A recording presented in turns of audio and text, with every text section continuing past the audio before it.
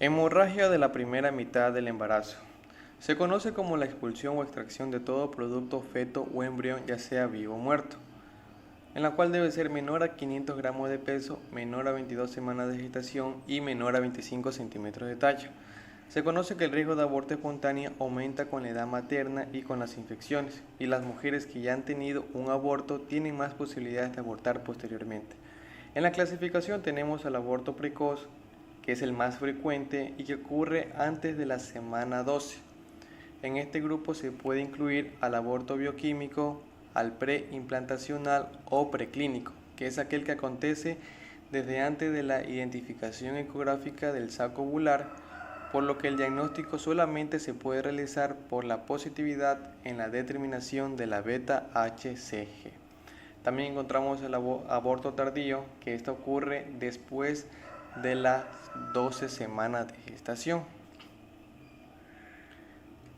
En la clínica encontramos a la amenaza de aborto. Aquí el síntoma más habitual es el sangrado vaginal indoloro o asociado de un leve dolor hipogástrico en la mujer con amenorrea. Aquí en la exploración el cervix va a estar cerrado y la actividad cardíaca fetal es detectable por ecografía en gestaciones avanzadas. También encontramos el aborto en curso, que aquí el sangrado y el dolor aumentan y el cervix comienza a dilatarse. Pueden visualizarse restos ovulares a través del orificio cervical o en la vagina.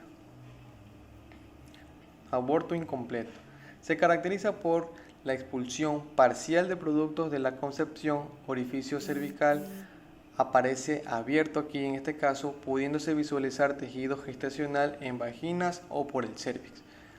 Aquí el diagnóstico ecográfico encontramos un grosor de la línea media uterina que va a ser mayor de 15 mm. En el aborto completo, esto se conoce como la expulsión completa del tejido embrionario y se manifiesta por la desaparición del dolor y del sangrado activo. Aquí encontramos un útero de tamaño normal y bien contraído el cervix, con cervix cerrado. Y el diagnóstico gráfico se basa con un grosor de la línea media uterina menor a 15 mm. También tenemos el aborto retenido diferido, que se refiere a la muerte en útero del embrión o feto menor de 22 semanas de gestación, con retención de la gestación por un periodo prolongado de tiempo. Aquí el útero es más pequeño de lo esperado, el cervix está cerrado y no existe sangrado activo. Tenemos ahora el aborto séptico, que aquí en la clínica encontramos fiebre, escalofrío, mal estado general, dolor abdominal y sangrado vaginal y con frecuencia de aspecto purulento.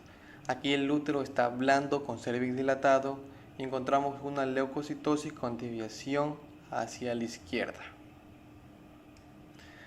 Y por último encontramos el aborto de repetición, que aquí se conoce con 2 abortos, se puede aplicar a estos términos, es decir, mayor o igual de 2 abortos. En el diagnóstico, tras la corrección y tras la correcta anamnesis y la exploración física, la ecografía es obligatoria ante cualquier situación de una mujer embarazada con sospecha de aborto, preferentemente con sonda transvaginal que siempre que se disponga de ella. La presencia de latido cardíaco es la prueba definitiva más precoz de que la gestación es viable y su detección por ecografía transvaginal es posible desde la aparición del tubo cardíaco a los 21 días después de la fecundación, es decir, al inicio de la semana 6. Aquí encontramos la determinación de la beta-HCG, que una vez que se ha constatado un embarazo intrauterino por ecografía, la monitorización de estos niveles puede ser útil como complemento a la ecografía en caso de que no pueda establecerse con seguridad la localización de la gestación por ecografía. En este caso, cuando los niveles del beta-HCG superan los 1500, es posible localizar una gestación intrauterina en más del 90% de todos los casos. Esto es muy útil para hacer el diagnóstico diferencial con el embarazo ectópico cuando existe una prueba de embarazo positiva y no sea posible visualizar la gestación por ecografía. Como mencionaba, también hay que hacer un diagnóstico diferencial en la cual encontramos la menorragia disfuncional, que ante cualquier mujer en edad fértil que consulte de forma urgente por un cuadro de menorragia se debe solicitar un test de embarazo para descartar esta posibilidad. También incluye la patología del embarazo genital, el embarazo ectópico y la mola. Tratamiento. Antes de proceder con el tratamiento se va a recomendar lo siguiente: que se realice una buena amnesia orientada y una buena exploración física, una hematimetría para descartar posibles anemias basales, estudios básicos de coagulación y también estudios de grupo sanguíneo y RH para determinar qué mujeres necesitan tratamiento anti-D o transfusión. En lo que corresponde al tratamiento médico, tiene como objetivo la expulsión total del feto sin intervención quirúrgica, siendo más eficaz en las primeras semanas de embarazo. Pero aquí el método de elección se va a recomendar con las siguientes indicaciones. Si la mujer desea evitar la intervención quirúrgica, que tenga el índice de masa corporal mayor de 30 y la existencia de malformaciones uterinas. Solo en este caso se puede recomendar misoprostol. Aquí el misoprostol es el fármaco a utilizar, siendo la vagina la más eficaz. Bueno, en los regímenes aceptados en el primer trimestre son 800 UG vía vaginal y repetir después de 24 horas si preciso. Como se conoce, también tenemos las contraindicaciones en el caso de presentar anemia con hemoglobina menor a 10 mg sobre dl, alergia al misoprostol, que tenga DIU, obstrucción del canal cervical, gestaciones ectópicas, insuficiencia suprarrenal y estenosis mitral. En lo que corresponde al tratamiento quirúrgico, se debe tener en cuenta las siguientes indicaciones: que sea de elección del paciente, en el caso de una hemorragia intensa o persistente, que tenga una inestabilidad hemodinámica, tejidos retenidos infectados, contraindicación del tratamiento médico y sospechas de enfermedad trofoblástica gestacional. Y aquí vamos a encontrar los métodos de evaluación uterina. Aquí encontramos el legrado por aspiración, excepto en gestantes de 7 semanas por posibilidades de fracaso.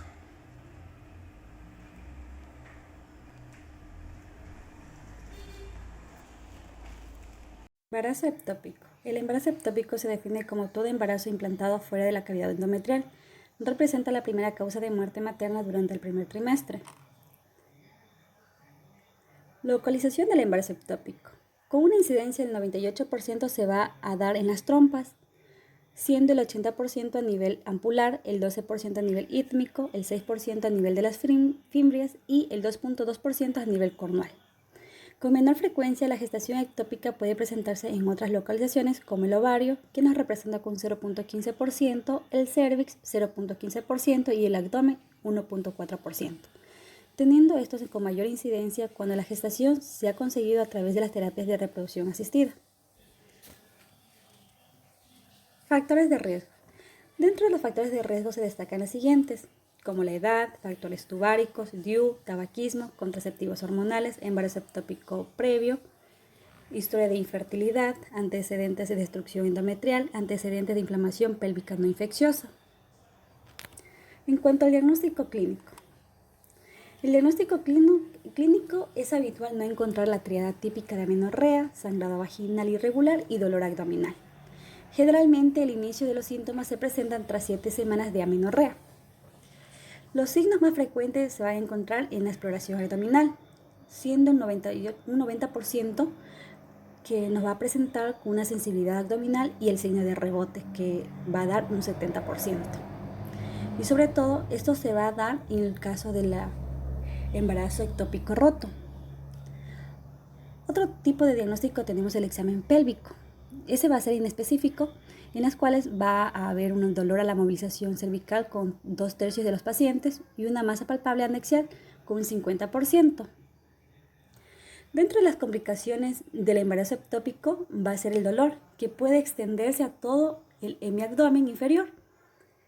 También puede presentarse como malgia, signos de irritación peritoneal y shock hipovolémico. Ecografía vaginal. Ha mejorado la sensibilidad y especificidad diagnóstica presentada por la ecografía transvaginal por el diagnóstico precoz. El signo más fiable es la visualización del saco gestacional fuera de la cavidad uterina, pero esto no siempre es detectable. Otros signos relacionados con la gestación ectópica son la presencia de un pseudosaco intrauterino, la presencia de un doble halo en la trompa y el aumento de líquido en el espacio de Douglas.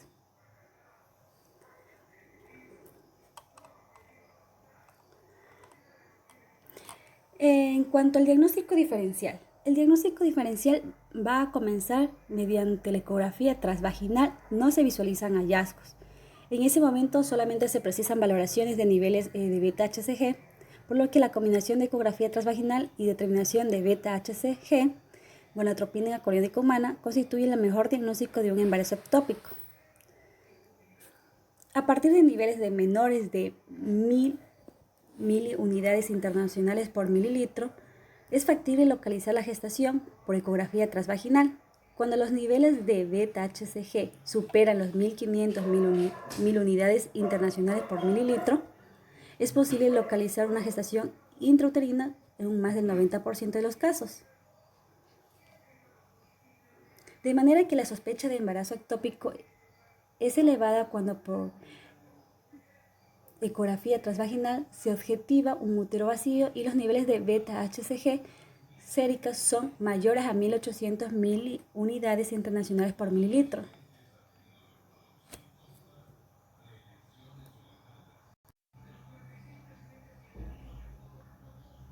En cuanto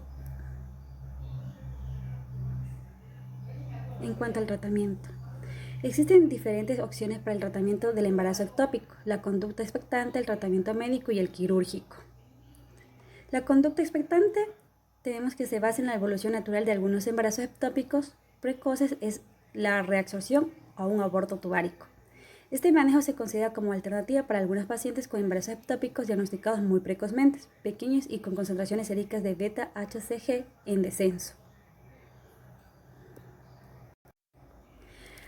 Manejo expectante del embarazo ectópico.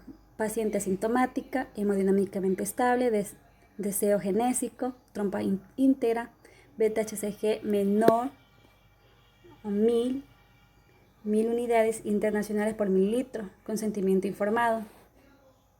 Tratamiento médico con metotrexato. El metotrexato es el tratamiento de elección, siendo preferible la administración de una única dosis intramuscular, existiendo la posibilidad de repetirse un caso de necesidad. Está indicado una vez diagnosticado el embarazo ectópico por ecografía si se cumplen las condiciones reflejadas, en las cuales va a haber un requisito que tiene que cumplir.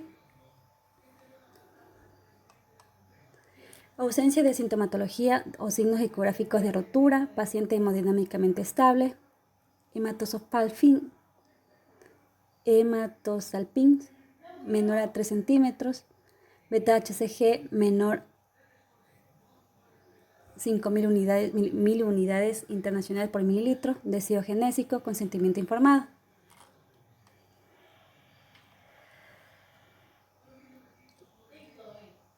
Tratamiento quirúrgico.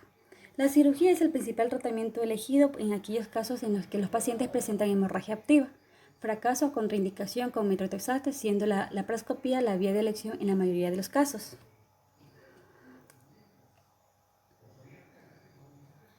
La salpingectomía puede estar indicada en las siguientes situaciones: embarazo ectópico roto, no existe deseo de futura fertilidad, deseo de esterilización, o embarazo ectópico por fallo de esterilización, hemorragia incoercible tras salpingectomía, embarazo ectópico persistente. Enfermedad trofoblástica, mola y datiforme.